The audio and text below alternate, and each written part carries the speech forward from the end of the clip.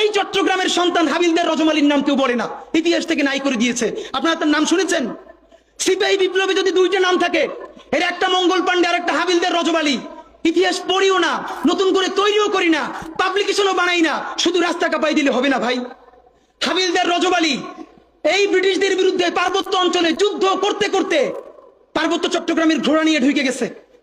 একটা সময় সঙ্গীহারা হয়ে গেছে, ব্রিটিশদের কাছে জীবন দিবে না, এই জন্য তিনি চিরতরে পার্বত্য চট্টগ্রামের ভিতরে ঢুকে গেছে, আর ব্যাক করেন নাই। তিনি মনে করেছেন যুদ্ধ করতে করতে প্রয়োজনে হারাইয়া যাব, তবুও আমার স্বাধীন জীবন ব্রিটিশ বেনিয়াদের কাছে হত্যা হইতে দিব না। সেই হাবিলদার রজমালির সন্তান এই বীর চট্টলা। আমাদের ইতিহাস তো আমরা জানি না।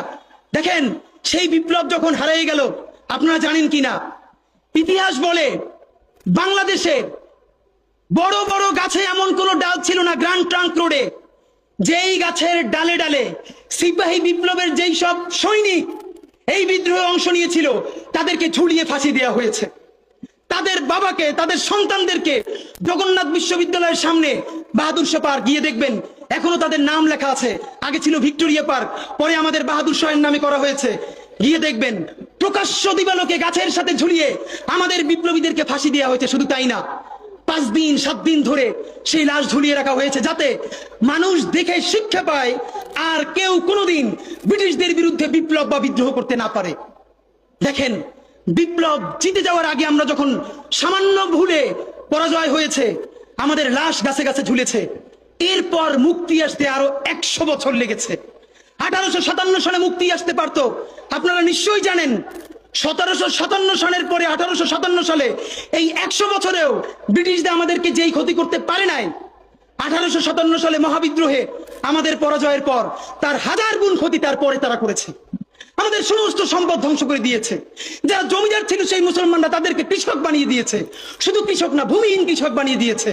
ভাইয়েরা আমার, এই জুলাই যদি এটাকে বিপ্লবে পরিণত করতে না পারি, চূড়ান্ত যোগ্যতা অর্জন করে যদি এটাকে চূড়ান্ত পিকে যেতে না পারি, সামনে বাংলাদেশে আমাদের জন্য ভয়াবহ সে আর একটা সিপাহী বিপ্লবের করুণ প্রতি অপেক্ষা করছে। আপনারা অনেকে ভাবতেছেন এইটাও কি সম্ভব?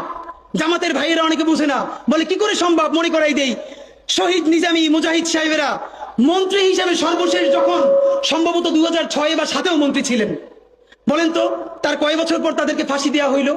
10 বছরও লাগে নাই। রানিং ফুল মন্ত্রী ছিল, লক্ষ লক্ষ মানুষ তাদের সাথে ছিল, তাদের মন্ত্রণালয় একটা পয়সার দুর্নীতি বের করতে পারে নাই। 10 বছরের মধ্যে মন্ত্রিত্বের পর তাদেরকে ফাঁসি দেওয়া শুরু হয় নাই, তাদের সন্তানরা তাদের জানাজাটা পর্যন্ত পড়তে পারে নাই। সংখ্যা